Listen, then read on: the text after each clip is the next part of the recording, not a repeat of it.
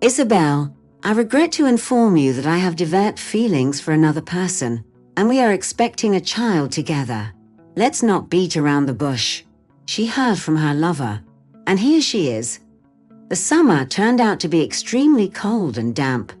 Despite the cool breeze, Isabel stood on the ferry, leaning against the railing. "Hey, you shouldn't be standing here. You might get blown away," the guy chuckled, clearly wanting to start a conversation. "I'm a tough nut to crack," Isabel replied with a smile. "But in what sense is it tough?" A light breeze blew, and her temperature had already risen. But why bother explaining to the first person she meets how hard it is for her to stay at home now, when her heart is burning and her soul is restless? Returning to your hometown is not an easy task, but it is necessary. She hadn't seen her mother in 8 long years, relying only on phone calls and Skype. She begged her to come back, but to no avail. Perhaps she is busy with her vegetable garden or farm. It feels like there's no one to take care of her.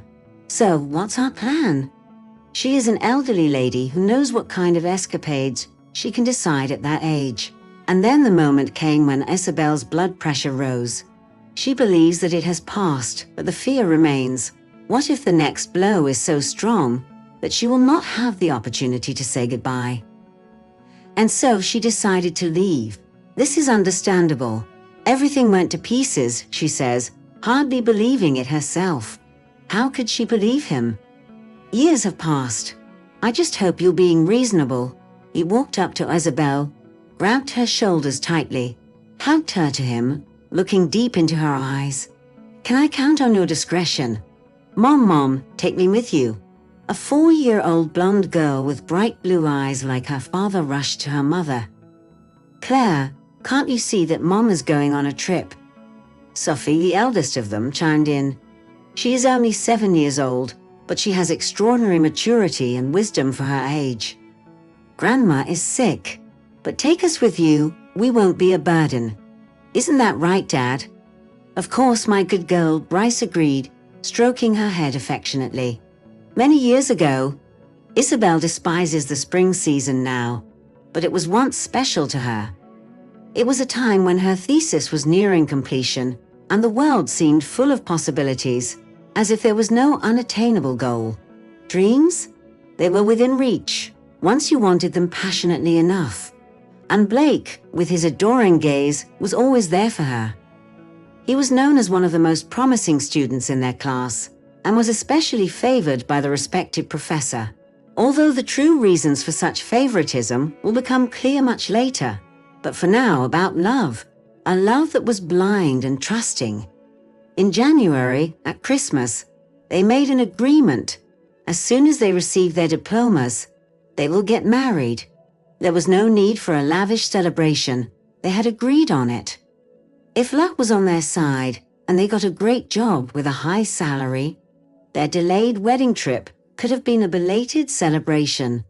After all, it's better late than never. However, it is already May, and the newlyweds have yet to apply to the registry office.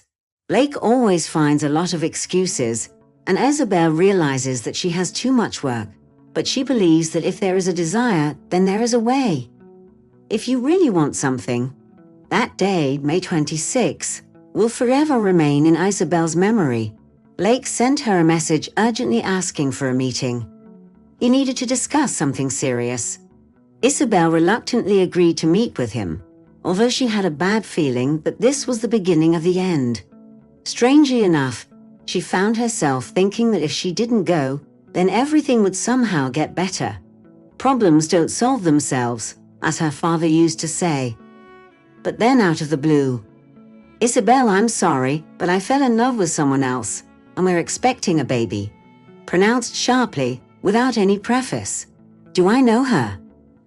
Outwardly calm, internally shocked. "It doesn't matter now. Excuse me, I have to go."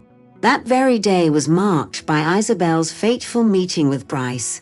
He saved her from the icy clutches of the river after a desperate jump from a bridge. After defending her dissertation, she left the city with him. Somehow, inexplicably, Bryce restored her health and cheerfulness.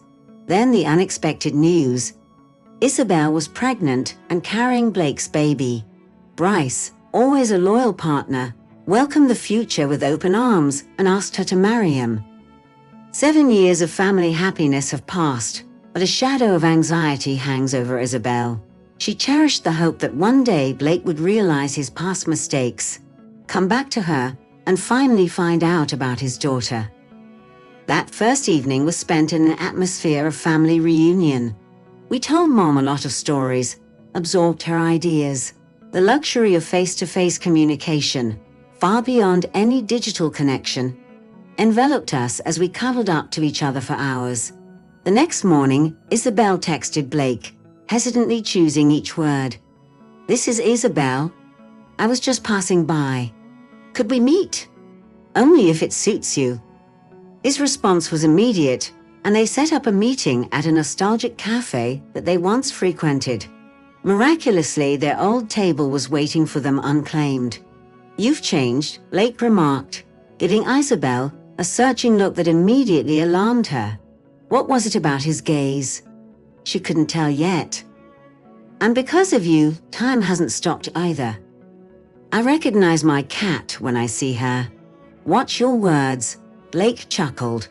"Life without you was a mystery. Yes, I'm a jerk, I admit, but I thought you took my words lightly. And then you disappeared. I almost expected you to ambush me with a gun in your hand." His smile was familiar as he ran his hand through his hair, a gesture she knew all too well. "Our arrogance is your invariable trump card," she retorted. "Oh, Isabel, stop being sarcastic. That wasn't your intention when you met, was it?" His gaze pierced through her again. It was only now that she realized that a few moments ago Blake's eyes were undressing her, and his mind was indulging in illicit fantasies. "I have booked a room here. Everything is ready. Why delay the inevitable? They haven't been kids for a long time." The phone call abruptly interrupted him midway. As soon as he answered the phone, his countenance transformed. "Yes, Bentley. Where did all the glamour disappear to?" Isabel felt a profound sense of revulsion, intensely disgusted. "I accompanied Peyton to her medical appointments." "Yes, certainly.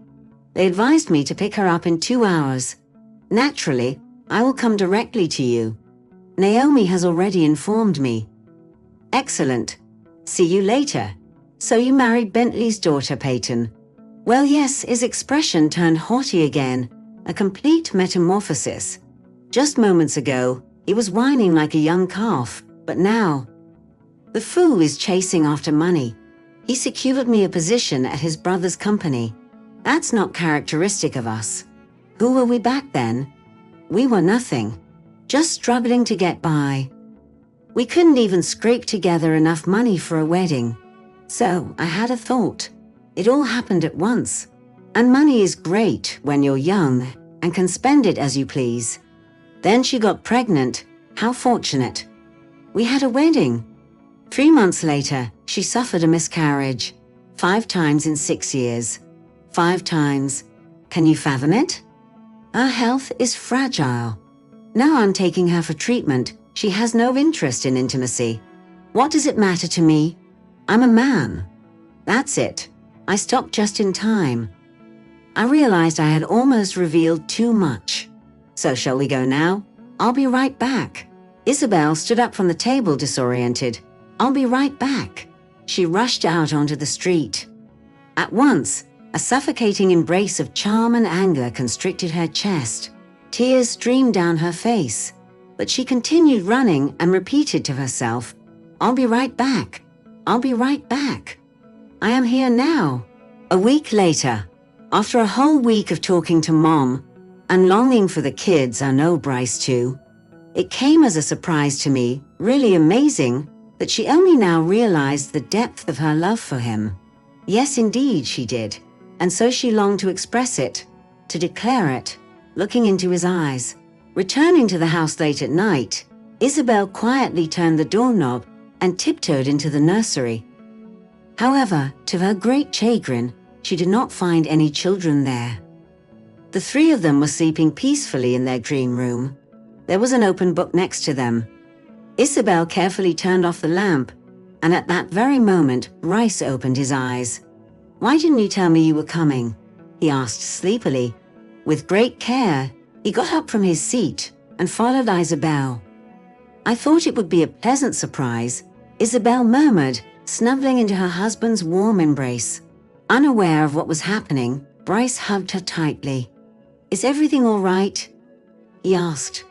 "I love you," Isabel whispered. If only you understood the boundlessness of my adoration. At times we find ourselves trapped in the past, much like Isabel. We magnify and exaggerate the illusion we have crafted of our beloved, idealizing them with the passage of time, becoming accustomed to loving a figment of our imagination. And all the while we tolerate those who truly cherish us. Isabel was fortunate. 8 years of self-deception, though undoubtedly significant, pales in comparison to a lifetime of such deceit.